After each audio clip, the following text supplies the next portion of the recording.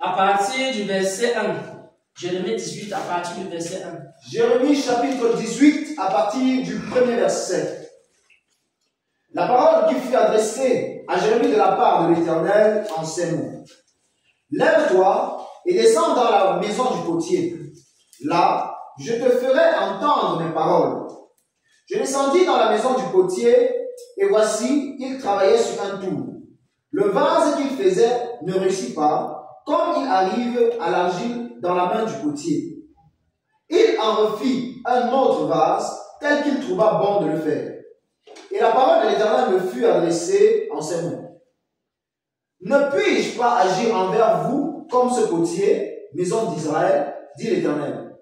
Voici, comme l'argile est dans la main du potier, ainsi vous êtes dans ma main, maison d'Israël. Soudain je parle sur une nation, sur un royaume, d'arracher, d'abattre et de détruire. Mais si cette nation, sur laquelle j'ai parlé, revient de sa méchanceté, je me repens du mal que j'avais pensé lui faire. Et soudain je parle sur une nation, sur un royaume, de bâtir et de planter. Mais si cette nation fait ce qui est mal à mes yeux et n'écoute pas ma voix, je me repens du bien que j'avais eu l'intention de lui faire. Amen. Amen. Ça, c'est une révélation que j'ai reçue dans le livre de Jérémie, chapitre 18, à partir du verset 1 jusqu'au verset 10. Le Seigneur est en train de s'adresser ici au peuple d'Israël, au peuple élu, aux hommes et aux femmes qu'il a rachetés et à ce peuple qui lui appartient. Il donne une parabole à travers Jérémie et il demande à Jérémie de se rendre dans la maison d'un potier. Si quelqu'un veut connaître la relation entre Dieu et l'homme, alors il faut qu'il écoute attentivement cette parole. Si quelqu'un veut connaître la relation entre Dieu et une église, la relation entre Dieu et un ministère, alors il doit écouter attentivement cette parole.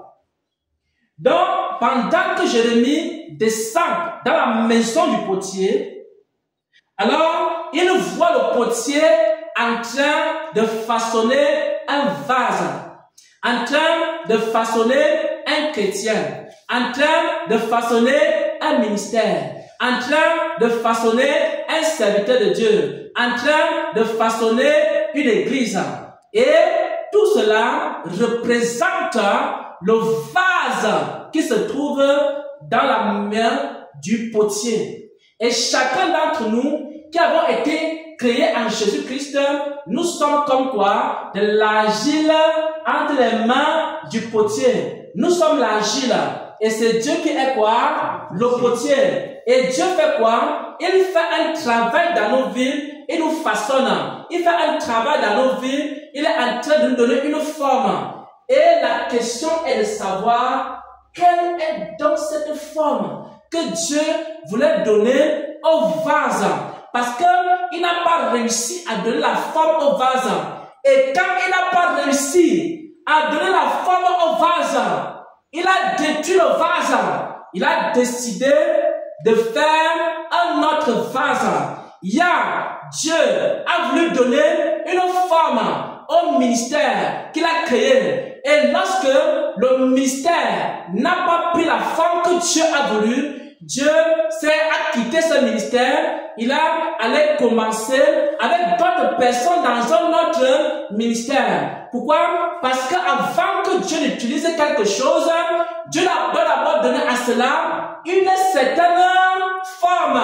Et vous posez la question, quelle est la forme que chacun d'entre nous doit avoir pour devenir le vase de Dieu? Quelle est la forme que chacun d'entre nous doit avoir pour devenir un vase d'honneur? Quelle est la forme que chaque homme, chaque femme qui veut marcher avec Dieu doit avoir? Mes frères et sœurs en Christ, écoutez la révélation de Dieu. Écoutez la révélation de Dieu. Écoutez la révélation de Dieu. Depuis le temps d'Abraham, depuis le temps d'Isaac, depuis le temps de Jacob, depuis le temps des premiers prophètes, tous ceux qui ont marché avec Dieu, ils avaient une forme.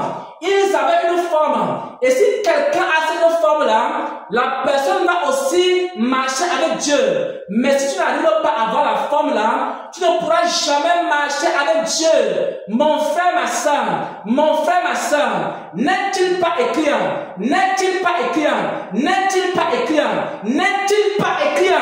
Si vous ne vous convertissez pas, si vous ne vous convertissez pas et ne devenez pas comme des petits enfants, humbles, soumis, humbles, soumis, humbles, soumis, humbles, soumis, comme des petits enfants, vous ne pourrez jamais, vous ne pourrez jamais, vous ne pourrez jamais, vous ne pourrez jamais entrer dans le royaume des cieux. Ainsi parle le Seigneur, ainsi parle la main, ainsi parle le vivant, à son peuple, à son peuple, à son peuple. Je me suis choisi un peuple, je me suis choisi un peuple, je me suis choisi des hommes et des femmes dans les nations. Je les ai appelés, je les ai bâtis, et après, ils ont pris une autre forme, ils ont pris une autre forme, ils ont pris une autre forme, ils ont pris une autre forme. Et alors, j'ai dit que ce peuple-là, je ne peux pas marcher avec lui, que ce peuple-là, je ne peux pas me glorifier au milieu d'eux. Et ensuite, j'ai décidé de commencer une histoire nouvelle avec un nouveau peuple, un peuple soumis, un peuple obéissant, un peuple qui a la forme d'un enfant, un peuple qui s'est converti, un peuple qui est devenu comme un petit enfant. Dit le Seigneur, si quelqu'un veut marcher avec Dieu, tu es prophète, tu es apôtre, tu es évangéliste, tu es pasteur, tu es docteur, qui que tu sois, peut-être que tu es colonel, peut-être que tu es général, peut-être qu'on t'appelle général des généraux, peut-être qu'on t'appelle le général des armées du corps de Christ, peut-être qu'on t'appelle le grand prophète des nations, peut-être qu'on t'appelle archibishop, peut-être qu'on t'appelle celui-là qui coordonne, qui est le coordonnateur et administrateur général. Si tu ne te convertis pas et que tu ne prends pas la forme d'un petit enfant, tu ne peux pas entrer dans le royaume des cieux. Bien-aimés frères et sœurs en Christ, Dieu travaille avec des vases qui ont pris la forme des petits enfants. Mon frère, le Seigneur va travailler beaucoup avec toi. Parce que tu as accepté de prendre la forme d'un petit enfant. Parce que tu as accepté de t'humilier comme un petit enfant.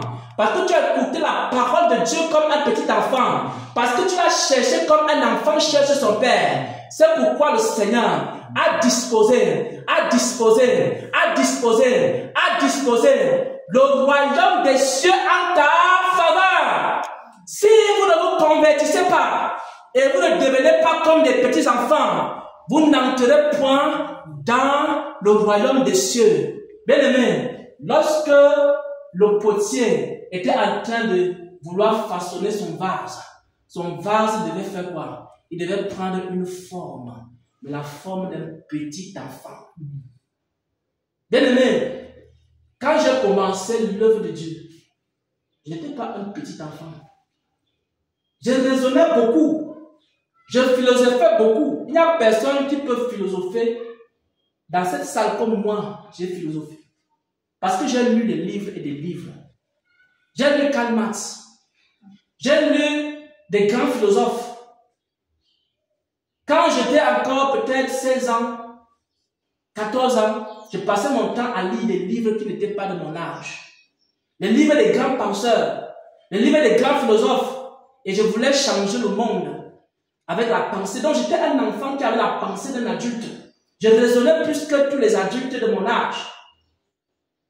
Donc s'il y a quelqu'un qui peut se prévaloir d'avoir raisonné, je peux être de ces personnes-là. Mais lorsque j'ai commencé à chercher Dieu, à un moment donné, j'ai dû prendre d'abord quoi? La forme d'un petit enfant. Et maintenant, voici la conséquence. Parce que la conséquence c'est quoi? La conséquence c'est que tantôt, Je parle d'une nation.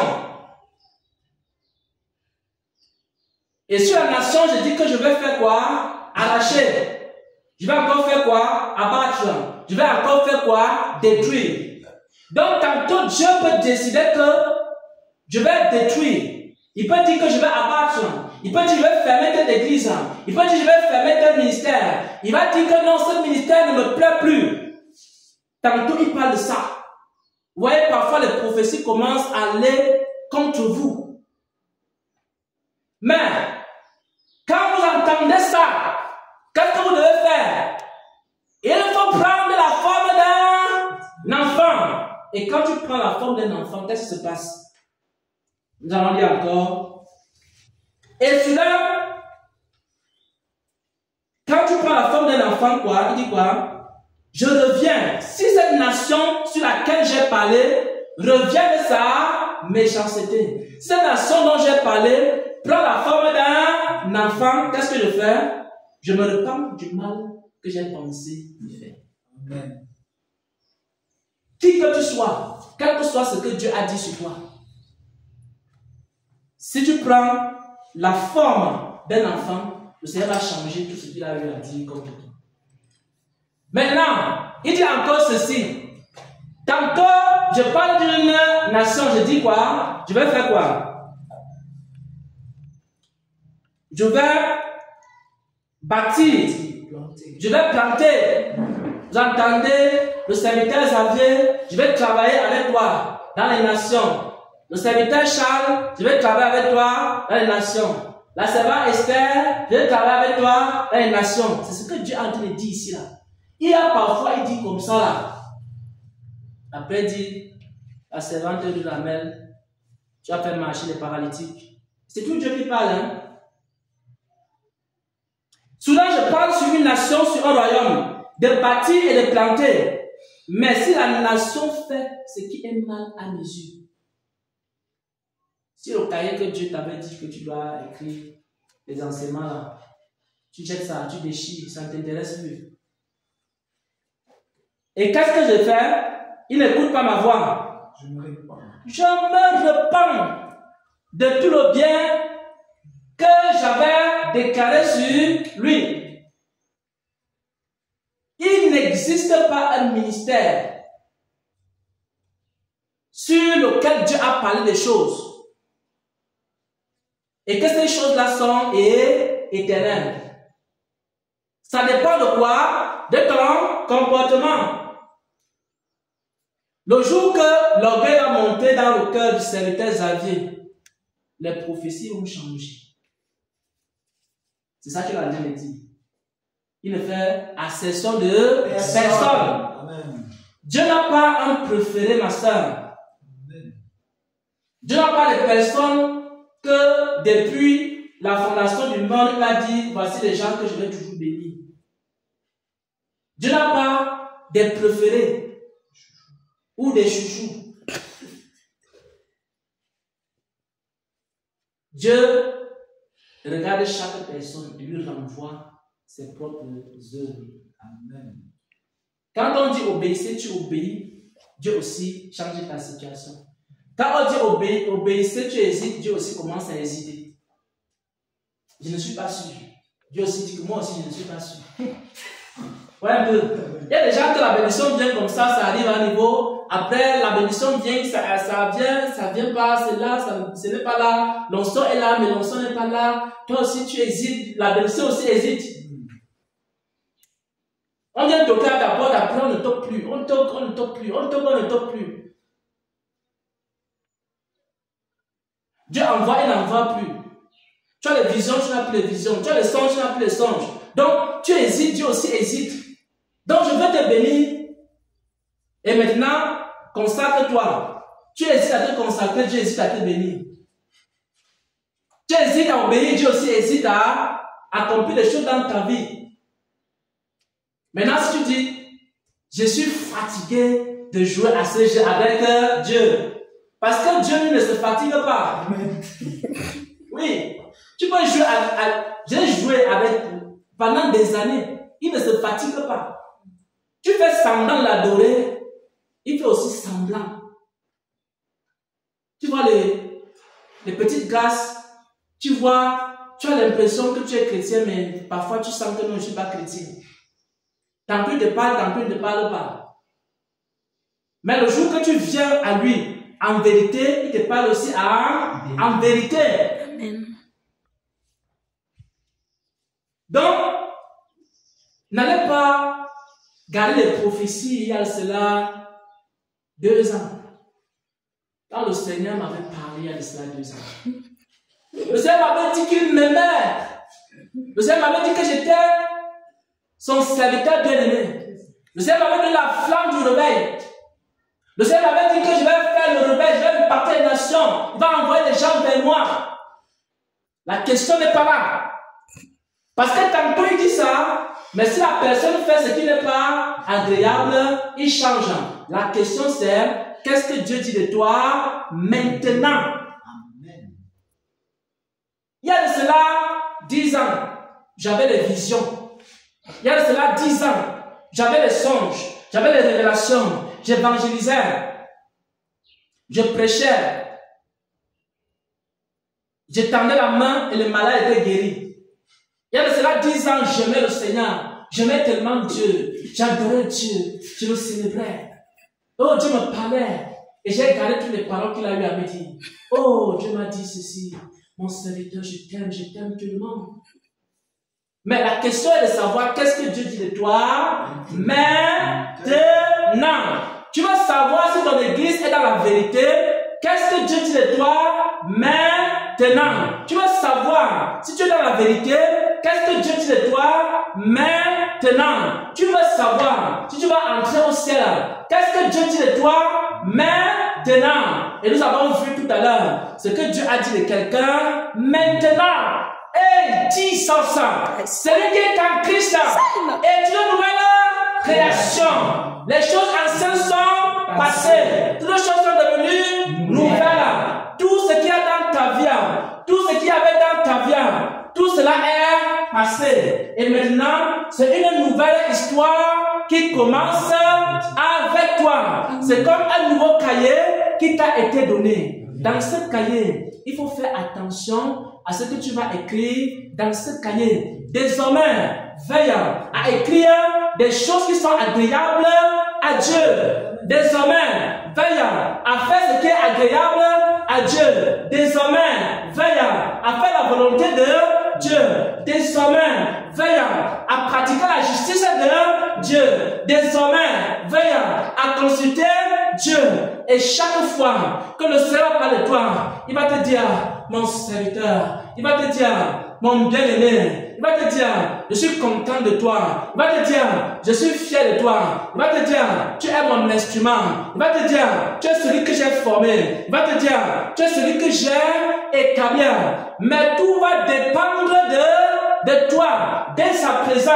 Parce que Dieu a effacé quoi? Les anciennes choses. Il a mis maintenant des nouvelles choses devant toi. Il écrit maintenant quoi? Une nouvelle histoire devant toi. Parce que Dieu a fait quoi? Il a choisi les choses folles du monde pour confondre les sages. Dieu n'est pas allé chercher les gens les plus intelligents. Amen. Dieu n'est pas allé chercher les gens les plus sages. Amen. Dieu n'est pas allé chercher les gens qui ont la plus grande connaissance. Il est allé chercher les moins que rien. Ne dis jamais je suis rien. Je suis moins que rien. Ma famille n'est rien. Mes parents ne sont rien. Moi je ne suis rien. Si tu n'es rien, alors tu es un candidat à la bénédiction de Dieu. Parce que Dieu a choisi quoi? Ceux qui ne sont rien. Dieu a choisi ceux qui ne valent rien. Dieu a choisi ceux dont on se moque. Dieu a choisi ceux qu'on écrase. Dieu a choisi les pauvres pécheurs en Galilée. Dieu a choisi encore quoi? Dieu a choisi des collecteurs d'impôts, des hommes dont on se moquait, des hommes qu'on appelle des pécheurs. Dieu a choisi quoi? Il a choisi aussi Zachée avec sa petite taille. Et maintenant, il est entré dans sa maison. Il a vu les gens qui avaient les grandes tailles. Il les a esquivés. Il est parti voir celui-là qui avait une petite taille. Il a dit, je vais dîner avec toi. Pourquoi? Dieu a choisi quoi? Il a choisi quoi, mes frères? Il n'a pas choisi les grands. Il a choisi les petits. Il a choisi les petits enfants. Il a choisi les choses folles du monde pour confondre les sages.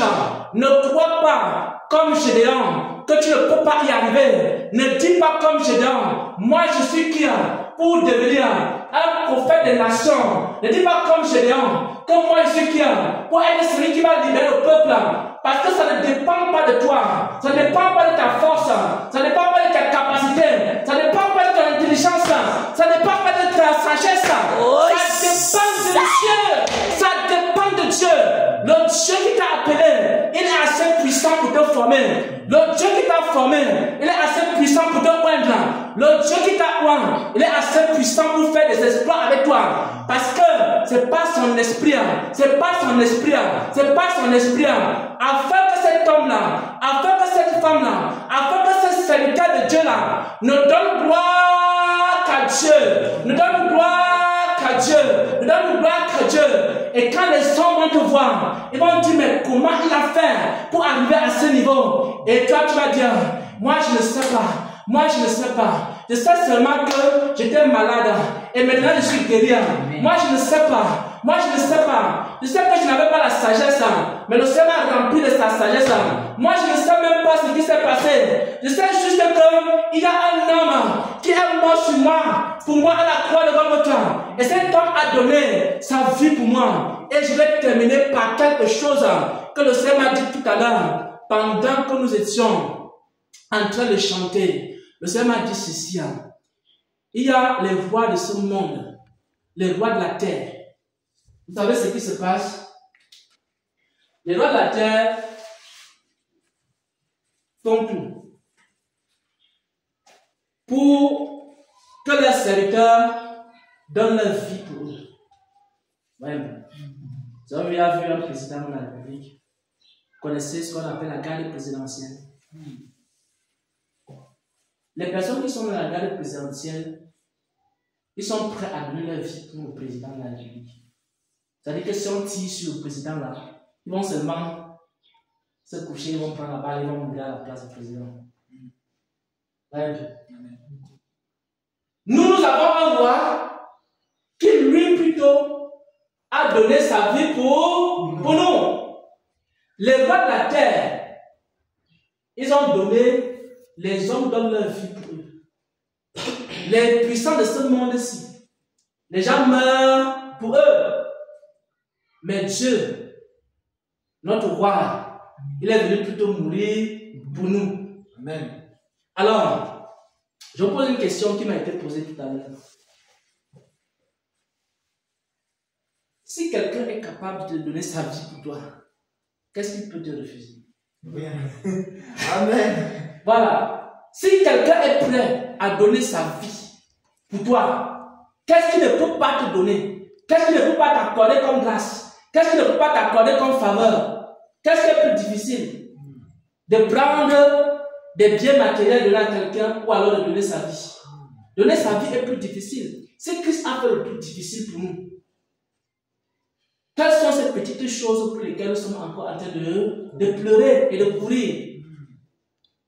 Et le Seigneur veut simplement que nous prenions quoi? La forme des petits enfants. Et je crois que nous allons élever deux sujets de prière